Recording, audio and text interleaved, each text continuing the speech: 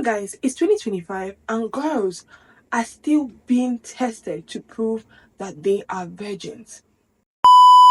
Hi guys, welcome back to my channel. If you're new here, thank you for stopping by. If you're an old subscriber, I love you guys so much. For those that are seeing my face for the first time, welcome. Grab a seat.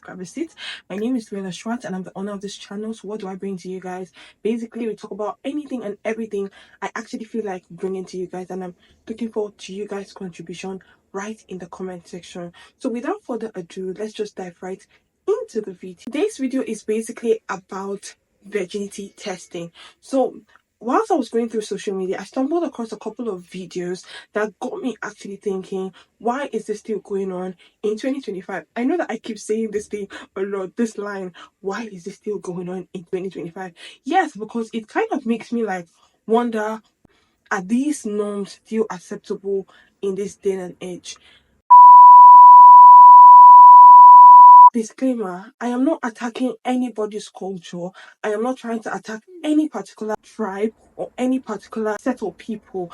I'm just bringing awareness to a certain thing that I feel like it shouldn't be done in 2025. All right, so let's unpack this video. So guys, it's 2025 and girls are still being tested to prove that they are virgins. Doesn't this kind of feel absurd to you? Like, why is it that men are not also being tested to prove that they are virgins? Why does it only have to be girls being tested? Virginity testing is not a myth, it's actually a reality. It occurs in homes, in schools, in communities. It occurs even in the family setting, right? Virginity testing has been, you know, in existence for a very long time. And mind you, it's not only in Africa that this is being seen. Some Western countries also practice virginity testing. And in case you thought it was fading away, no, it is still very much alive in 2025. A question on everybody's lips, including mine, is how did we get here? Why are we still here? And what is this costing us as women? All right, so this vlog is basically for every young girl and every woman, every man. You need to get educated, you want to know more about this vlog is for you. So guys, virginity testing has ancient roots. It was practiced in many communities and many societies, not only in Africa. Ancient Greece, parts of the Middle East, South Asia, and Africa. However, Africa decided to lock this practice down. They locked it down in the sense of using it as part of their rite passage or some sort of traditional rites of passage. Okay. Virginity has always been a topic of discussion in the Middle East, and for centuries, the idea of virginity has been associated with a woman's worth and honor, and the belief that a woman's virginity should be protected until marriage is deeply ingrained in many Middle Eastern cultures and cultures around the world. And unfortunately, this has led to several misconceptions about virginity, including the belief that a woman's virginity can be tested by a medical professional. Now, in a recent interview by OBGYN Dr. Dima Salem and journalist Lubna Hamdan, they discussed the myths surrounding virginity testing in the Middle East. And according to Dr. Salim, there is no exam that can determine whether a woman is a virgin or not. She said the idea that a doctor can examine a woman's hymen to determine if she is a virgin or not is a myth that has been perpetrated for centuries. The belief in virginity testing has led to several harmful practices, including the husband stitch, which is a surgical procedure performed after childbirth to tighten the vaginal opening. This procedure is based on the idea that a woman's husband will want her to be virginal after giving birth. However, the procedure can cause severe pain, discomfort, and even permanent damage to a woman's body. Another interesting thing about this whole practice is that in some ethnic groups, it was tied to preparation for marriage. Now, elders or midwives, they would inspect a young girl to make sure that she was deemed ready for marriage. Now, without this inspection, without this, this practice of virginity testing, a girl cannot be certified as ready for marriage. In other parts of the society, in other parts of the country, in other parts of the community, this was also seen as some sort of initiation ceremony, right? Did you hear what I said? Initiation ceremony, which was done on girls to make sure that they are still preserving the family dignity. To explain very briefly the origins of the reed dance and virginity testing and why it's necessary. Thank you very much for inviting me here. It's very important that we have this virginity testing. One is to protect the young maidens so they cannot be people who are not into a system where the young people of today, they just do anyway and anyhow by the young boys, especially now as we have all this kind of sickness that we have, and we have the early pregnancy, which it does protect all of that. So it's very important that we have to do, and the pride of the young person, and the pride, and to learn to be a lady, what is to be a girl, what is to be a mama, what are the processes, because we have all those kind of teachings, which those women, they do teach the young people to prepare themselves when they get into that stage to be married. What did they have to look after? Is virginity testing necessary in that process that you are explaining? Because I'm just reading some stories, and some stories of women who say they feel utterly violated, they feel very exploited by the actual process. There's no scientific science behind virginity testing. No. Actually, there, sister, you must understand. It's nothing that they don't even touch the private part of the lady. So I don't know where that comes from. Because what did they have to do? They have to look, is their eyes, and then there are signs, which they can able to just see whether she's still a virgin or not. It's not to say it's something which they have to take and put there to make sure whether she's still a virgin or not. They can see by the signs of the virgin. Okay. So now this virginity testing became a tool, and not just any type of tool. It became a tool of control in the colonization and also post-colonial era, right? Especially in conservative regions and religious regions where a woman's worth was tied to her sexual purity. Not a man, just a woman's worth was tied to her sexual purity. Virginity testing on its own, is it something, in your opinion, that is necessary in any culture?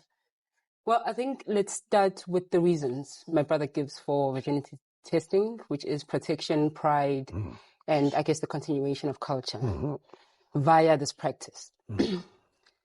Now, the question you're asking is, are there other ways that we can instill pride in African people, protect women and men, and continue culture? And obviously there are. And the main reason, or the main reference we have for this, is that when this virginity testing and reed dancing was reintroduced, it was reintroduced in the early 1980s, after 150 years since Shaka had stopped it, because it was attracting a lot of attention to the Zulu nation. So you have a period of 150 years where this is not practiced. That's more than a century. Now, if you're going to reintroduce it and say it's because of pride, how were these people finding their sense of pride in 150 years? So if the idea is you are continuing a culture, what happened to this culture in 150 years? So that's the one point. Yeah, but the idea of virginity testing itself. And then the idea of virginity testing. So you have a man who's never been virginity tested, I'm assuming, saying that nobody touches people's vaginas. And you have women. I'm a Zulu woman. I come from a place called KwaMaphumulo. And my mother also comes from Estumbini. So I have an intimate knowledge of what happens. So when you have women, multiple women, saying, no, they do touch our vaginas. Describing the same thing. Describing the very same thing. And you have a man saying, no, actually, that doesn't happen. Who do you believe? Now, these women are saying that we are violated.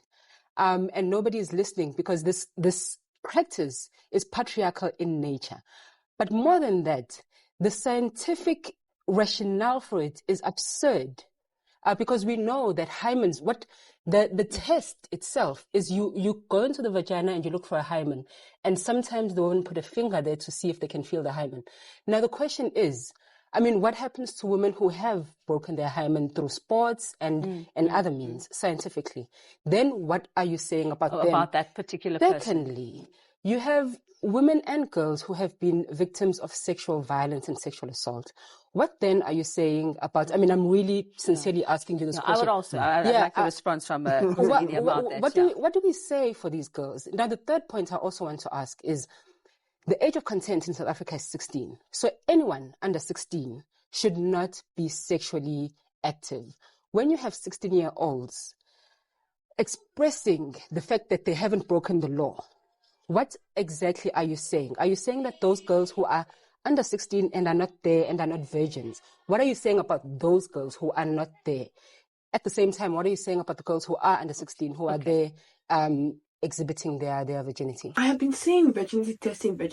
I know that a lot of people that are not even familiar with this term wonder what exactly is it? How is this done? So virginity testing, also known as the two-finger test, is a practice usually done by either a doctor, a nurse, or an elder in the community. This practice is carried out by those people on a girl child to make sure that her hymen is still intact.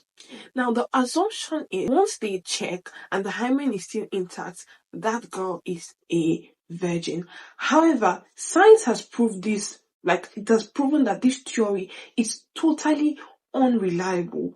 You cannot rely on this kind of practice to say that one is a virgin or one is not a virgin. If we're going to talk about virginity, it is such a hot topic, and I'm happy to talk about virginity because there's so many misconceptions, especially here in the Middle East, and those misconceptions end up feeding into this whole, very ignorant idea of virginity, where it stems from.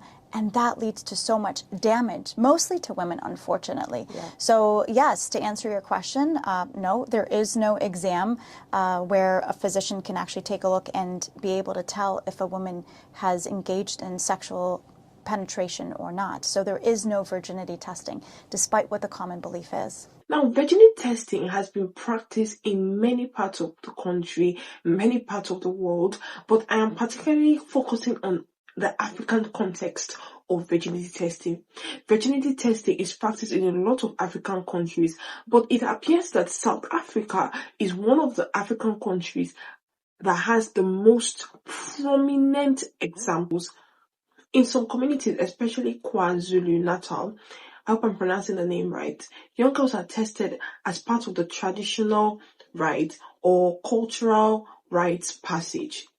In 2005, South Africa tried to prohibit the testing with Children's Act, and through this process, it was going to prohibit testing the girls that were under the ages of 16. However, this whole, plan of prohibiting virginity testing for young girls under the ages of 16 was very weak because currently some communities still carry out this particular act. And the argument is that it is a way to preserve morality, curb teenage pregnancy, and HIV.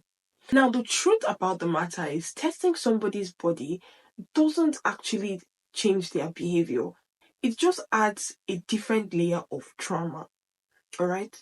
And these are some of the countries that still practice or have practiced virginity testing: Nigeria, Zimbabwe, and Swaziland.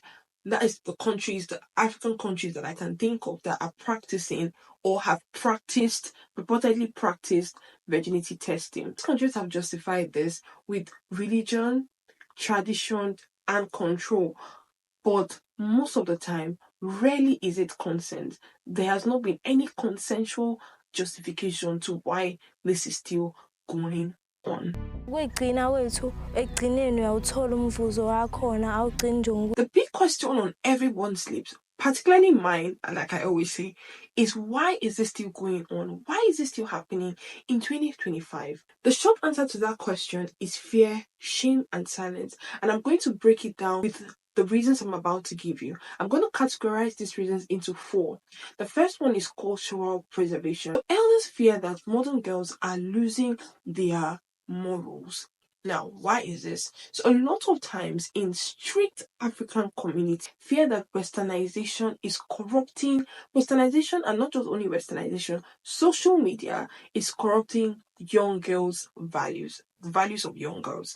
So what do they say? They view this virginity testing as a line of moral defense for what they see as moral decay. So to them, virginity testing is a line of defense for what they see as moral decay. Now, most of them view young girls wearing short skirts as, disrespect. Some of them see dating as promiscuity. I'm going to put down the word actually. I don't know if I'm pronouncing it well. They also view saying no to cultural rights as rebellion. Now, keeping a girl pure is their way of holding on to culture because they fear that, culture is dying. However, the reality check is that culture should actually evolve, and protecting morals shouldn't be at a cost of harming young girls. The second one on the list is parental fear. Parents believe that this will keep the young girls in check sexually. Now, remember, I mentioned fear, shame, and silence. For many parents, especially those who went through these virginity testing in the past, have the notion that the virginity testing is a way to protect young girls from, being quote unquote loose or exploring themselves sexually or exploring their sexuality, right? In their mind, they believe that if a girl knows that she's gonna get tested, she's not gonna want to she's not going to want to have sex. But you see where the fear comes in. Now, imagine if a girl actually goes ahead to have this sex, knowing fully well that she's going to get tested. What does this happen? It brings about fear, it brings about shame, it brings about distance, right? And also, if you look closely, it is a source of control. It's a control mechanism marked as care. A control mechanism marked as care. Now, what these parents don't know is that, one, it teaches girls fear and not wisdom. It turns sexuality into a source of fear. It breaks the bond between a parent and a child. Now, picture this. A girl that has gone to have sex, come back home, she knows that she's done something wrong, but she can't confide in anybody. She can't even say if she was abused in the process. She can't even say if if she's confused by the whole act. She can't say anything. And what does this bring about? This brings about a distance between the parent and the child. And this fear ends up creating a distance instead of safety. The next on the list of reasons is social reputation. Now, it's believed that a failed test brings shame to the whole family. In many African societies, reputation isn't individual, it's mostly communal. And I'm not even joking. I mean, imagine if a child goes to steal, like a child from this family goes to go and steal, and they catch that child on like live TV. Everybody in that compound or everybody in that neighborhood will be like, that family where the boy they thief. The parents are thieves, so the whole family is a thief. Do you get what I mean? Like, it's reputation is not individual, it is communal. A lot of times, even I'm digressing a bit, but I just want to give you guys a clear picture of what it actually is. So now, bringing us back to the topic. If a girl is labeled spoiled, her siblings are shamed, her parents are whispered about, and worst case scenario, the whole family is tagged morally careless because one girl in that family went to go and sleep with somebody outside the confines of being checked, without being checked, or was checked and then she was found to have had sex in her past. Some girls are forced to have these tests whether they are virgins or not. Some even tamper with their bodies just to prove that they are virgins through artificial methods or bleeding, or some even go to the extent of having a surgery just to prove that they are still virgins. Right? They go through different means just to make sure that at the day of that testing, they are considered as virgin. In some extreme cases, some families even lie to cover up the test results to avoid disgrace. This whole thing has become less about the girl's well-being, but about a case of trying to save face in the society. The fourth and last reason is marriage value. Some families believe that virginity is equals to higher bride price or a better husband. And to be very honest, this is where the whole thing just gets transactional. Because imagine this whole thing happening and a girl happens to pass the test. She's now seen as a commodity where, she's worthy of a higher bride price. And she is either deserving of a respectful, wealthy, or serious husband, or now she's now seen as the pride of the family. Now means that she deserves a wealthy and respectful husband. In this case, her body has now become a bargaining chip in future negotiations. Her purity is now seen as a product and not a personal journey. The funny thing and twist in this whole dilemma is that some girls who are not even virgins have passed this test, and the girls that are actually virgins have failed the test, meaning that the whole system of virginity testing is broken. It's actually broken because if you remember, I said before, science has said that this test is not reliable. This is a volume check. Is the hymen meant to stretch or actually tear? Technically both. The hymen is a small, thin piece of tissue located at the opening of the vagina. It tends to be stretchy and flexible. There are actually different types of hymens, but it's usually a crescent or ring-shaped piece of tissue like this. The notion that the hymen covers the entire vaginal opening is a very common misconception. Some people don't even have a hymen. So let's understand why it can stretch and then tear with the help of this article. Depending on what kind of hymen someone has, at first there are just very small openings or tiny holes or a tiny hole in the hymen tissue. Over time, those holes become bigger and bigger. And eventually, in most people with vaginas, the hymen wears away so much that only tiny portions of it remain. And as we get older, it slowly and gradually stretches through a whole lot of things, like hormones, vaginal fluids, and menstruation, general physical activity, tampon use, masturbation, and possibly partnered vaginal sex. The thinner your hymen gets, the more likely it is to tear. So the hymen doesn't really break or pop because the tissue is membrane-like and flexible, allowing it to stretch and eventually tear. That's why this idea about the cherry popping doesn't really make sense. And because of this myth, a lot of people fear that the first time they have sex will hurt because of their hymen popping, even though it's not going to pop. But pain and even a little bit of bleeding is usually the result of other things. Like if someone is nervous or fearful or not sexually aroused or not lubricated enough, or if they don't really want to have sex or they're feeling pressured, or if their partner isn't including other sexual activities before intercourse. All of these things are the most common reasons for pain during sex, not necessarily the hymen, and definitely not because of a cherry. Now, it is possible that a little bit of bleeding can happen as a result of the hymen stretching or tearing. So there's a popular myth that people don't know. They say that the hymen is not a real seal of. There's a popular saying that the hymen is not a real seal of virginity, right? The hymen can break for many reasons, totally unrelated to sex. It can be through, the use of the tampon. So one thing to understand is that sometimes some girls are born with little or no hymen at all. So when a girl is being told that she's not a virgin simply because there was no hymen intact, it's actually traumatic. It leaves a scar. It definitely does leave a scar because how did you know? What if she was born without one? What if she did not even have any? Do you understand what I mean? Like it's very humiliating, it's very traumatizing, and it's very, very disheartening, to say the least.